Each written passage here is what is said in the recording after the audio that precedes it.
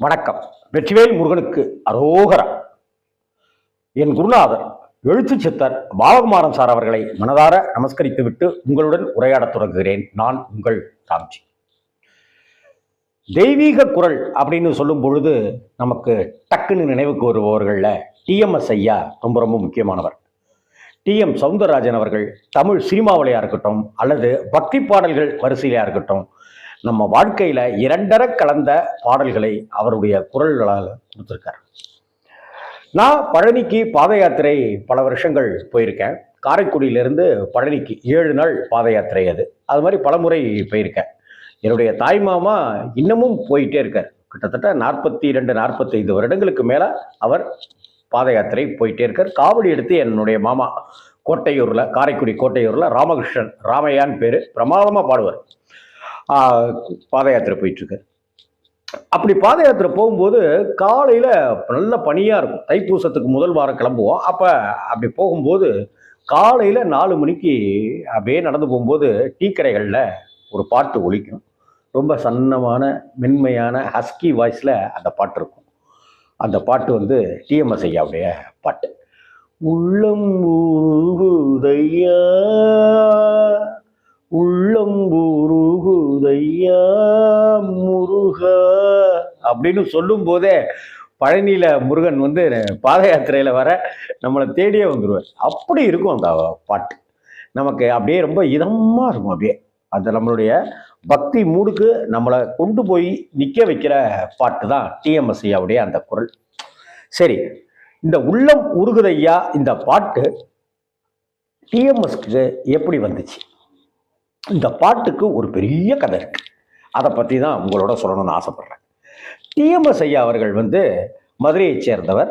சென்னைக்கு வந்துட்டாரு. பெரிய பாடகராக ஆயிட்டாரு. ஒரு பக்கம் எம்ஜிஆருக்கு பாடுறாரு, ஒரு பக்கம் சிவாஜிக்கு பாடுறாரு, இன்னொரு பக்கம் ஜெய்சங்கருக்கு பாடுறாரு, ரவிச்சந்திரன், ஜெமினி, எல்லா ஜெமினி. டிஎம்எஸ் ஐயாவுடைய குரல்ல வாயசைக்காத நடிகர்களே கிடையாது. அவ்வளோ பாட்டு. Busy man. அதே போல பக்தி பாடல்கள், இசைத்தட்டுகள் அப்பெல்லாம் தொடர்ந்து அவர் பண்ணிட்டே இருக்கார். அவருக்கு வந்து மிகச்சிறந்த முருக பக்தர் டிஎம்எஸ் ஐயா. அப்ப டிஎம்எஸ் ஐயா என்ன பண்றாரு, மாதம் கார்த்திகை நட்சத்திரம் எப்போ வருதோ அப்பெல்லாம் பழனிக்கு போய் சுவாமி தரிசனம் செய்யறத, முருகப்பெருமானை வணங்குவதை வழக்கமா வச்சிருக்காரு. அப்படி ஒரு கார்த்திகை நாள்ல, மாசம் வரக்கூடிய ஒரு கார்த்திகை நாள்ல டிஎம்எஸ் வந்து அங்க பழனிக்கு போறார். வழக்கமா ஒரு லாட்ஜில ரூம் எடுத்து தங்குவார். அதே போல லாட்ஜில ரூம் எடுத்து தங்கிட்டு முருகப்பெருமானை தரிசிக்கும். அப்ப அங்க அந்த லாட்ஜில் சர்வீஸ் பண்ற பாய் இருப்பாங்க இல்லையா, காஃபி வேணும்னா காஃபி வாங்கி கொடுக்கறது, பேப்பர் வேணும்னா பேப்பர் வாங்கி கொடுக்கறதுன்னு அந்த வேலைகள்லாம் செய்யறவங்க. அந்த பையன் ஒருத்தன் சும்மா அப்படி போயிட்டு அப்படி திரும்பும்போது அப்படி போகும்போது அப்படின்னு ஏதையோ முணுமுணுத்துட்டு அந்த பையன் போயிருக்கான். இவரு என்ன முணுமுணுகிறான் அவன் அப்படின்னு சொல்லிட்டு கவனிக்கிறாரு. உள்ளம் உருகுதடா முருகா உன்னழில் பார்க்கையிலே முருகா அப்படின்னு உள்ளம் உருகுதடா அப்படின்னு அவன் பாடியிருக்கான். இவரு 2-4 தடவை இதை கேட்டுட்டே வந்துட்டு, தம்பி இங்க வா, என்ன பாடுன சொல்லு. என்னன்னு தெரிலங்க அப்படின்னு சொல்லிட்டு இந்த பாட்டை சொல்லியிருக்கான். பாட்டுக்குன்னா பாட்டு இல்லை, வார்த்தையா சொல்லியிருக்கான் அவன். உள்ள முருகுதடா உன்னழில் பான் காண்கையிலே அப்படி இப்படின்லாம் சொல்லியிருக்கான். ஆமா, ஏது இந்த பாட்டு, நான் இது வரைக்கும் கேட்டதே இல்லையே அப்படின்னு டிஎம்எஸ் ஐயா கேட்டிருக்காரு. தெரியலிங்க எப்படின்னு, இந்த பாட்டு என்னமோ எனக்கு கேட்டேன், எங்கே கேட்டேன்லாம் தெரியல, அது அப்படியே மனசில் பதிஞ்சிருச்சு அப்படின்னு. அதனால இந்த பாட்டு பாடும்போதெல்லாம் எனக்கு ஒரு நிம்மதி கிடைக்கும். அதனால நான் பாட்டுக்கு சும்மா அங்கே எங்கன்னு போகும்போதெல்லாம் பாடிட்டே இருப்பேன் அப்படின்னா. நம்ம ஒரு சினிமா பாட்டை முழுமைப்போம்ல, அது மாதிரி. இதில் முக்கியமான விஷயம் என்ன அப்படின்னாக்கா, அந்த பையன் வந்து ஒரு இஸ்லாமிய சமூகத்தை சேர்ந்தவன், இஸ்லாமியர் அந்த பையன். உடனே இந்த பையன்கிட்ட உட்கார்றா அப்படின்னு சொல்லி அந்த பையனை வந்து அந்த பாட்டினுடைய வரிகள் எல்லாத்தையும் கேட்டு வாங்கி டிஎம்எஸ் ஐயா வந்து எழுதிக்கிறார். எழுதிக்கிட்டு அதுக்கப்புறம் பழனியிலேருந்து வந்துட்ட பிற்பாடு அவருக்கு ஒரு பேட்டி, நேர்காணல், இன்டர்வியூ ஒன்று நடக்க போகுது. அப்போ அவர் என்ன பண்ணுறாரு, சென்னையில் பாரிஸ் கார்னரில் காளிகாம்பாள் கோயிலுக்கு போய் காளிகாம்பாளை தரிசனம் பண்ணலாம், பண்ணிவிட்டு அப்படியே இன்டர்வியூ போகலாம் அப்படின்னு சொல்லிட்டு பிளான் பண்ணி போகிறார். அப்போ காளிகாம்பாள் கோயிலுக்கு போனாக்கா அங்கே இருக்கிறவங்கெல்லாம் டிஎம்எஸ் ஐயா வந்திருக்காருன்னு சொல்லிட்டு ஐயா வணக்கம் வணக்கம் அப்படின்லாம் சொல்லி பேச அங்கே இருக்கிற ஒரு குருக்கள் அண்ணா என்ன பண்ணுறாரு, அண்ணா இப்படி சுவாமி இப்படி வாங்குவா அப்படின்னு சொல்லிட்டு டிஎம்எஸ் ஐயாவை கூட்டிகிட்டு போய் அங்கே ஒரு சந்நிதிக்கு பக்கத்தில் காமிக்கிறாரு. இந்த பாட்டு எப்படிப்பட்ட பாட்டு பாருங்க அப்படி அதிர்ச்சி ஆயிடுறாரு டிஎம்எஸ். அந்த உள்ளம் உருகுதடா அப்படிங்கிற அந்த வரிகள் வந்து அப்படியே கல்வெட்டுகள் போல அங்கே பொறிக்கப்பட்டிருக்கு. என்னங்க இது அப்படின்னு சொல்றாங்க.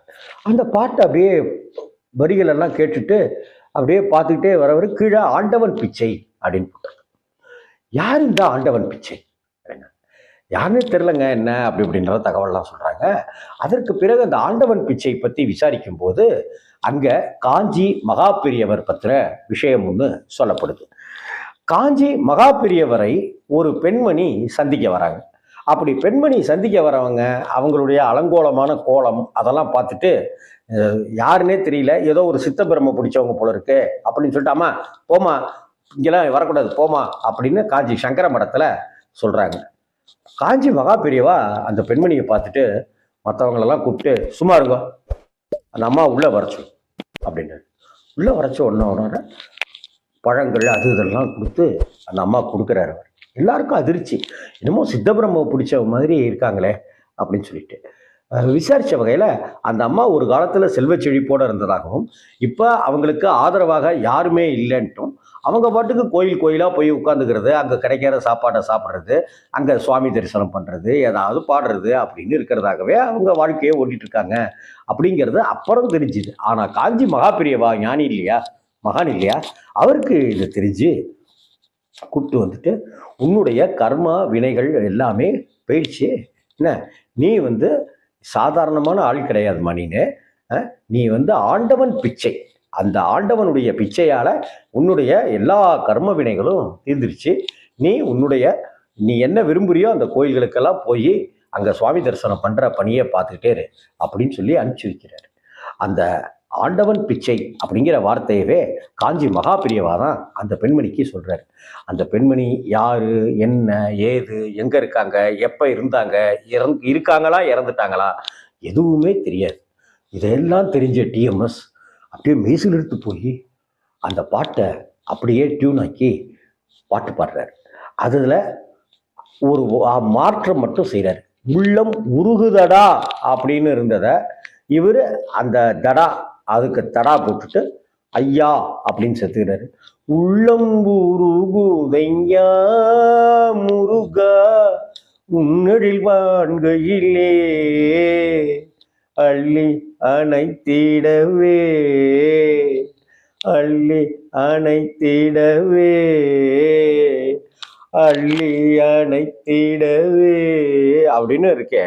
அது உருகி உருகி அந்த உள்ளம் உருகுதையான்னு டிஎம்எஸ் எப்படி பாடினாரோ இந்த பாட்டை கேட்டாலே நாம உருகி போயிடும், நாம மனமுருகி கசிந்து கண்ணீரே வந்துடும்.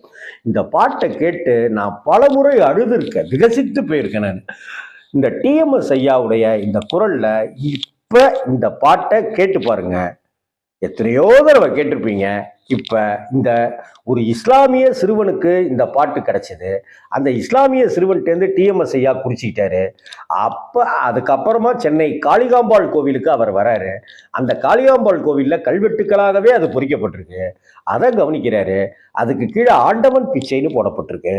அந்த ஆண்டவன் பிச்சை யாரு அப்படின்னு விசாரிச்சாக்க காஞ்சி மகா பெரியவா அந்த ஆண்டவன் பிச்சை அப்படிங்கிற அந்த பெண்மணியை, அனாதரவாக இருக்கக்கூடிய அந்த பெண்மணியை, அவங்களுடைய அருளை, அவங்களுடைய பக்தியை புரிந்து உணர்ந்து அவங்களுக்கு அனுகிரகம் பண்றாரு, பழங்கள் கொடுக்குறாரு, ஆசீர்வதிக்கிறாரு.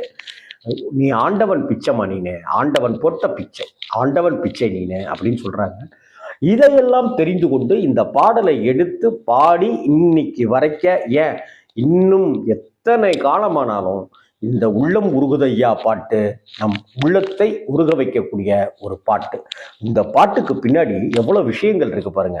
ஒரு தெய்வத்தோட சக்தி, தெய்வ அனுகிரகம் இல்லாமல், மகான்களுடைய அனுகிரகம் இல்லாமல் இது இப்படி ஒரு மேஜிக் நடக்குமா? இந்த உள்ளம் உருகுதையா பாட்டுக்கு பின்னாடி இப்படி ஒரு அமானுஷ்ய அதிசயம் இருக்கு. வெற்றிவேல் முருகனுக்கு அரோகரா, வீரவேல் முருகனுக்கு அரோகரா.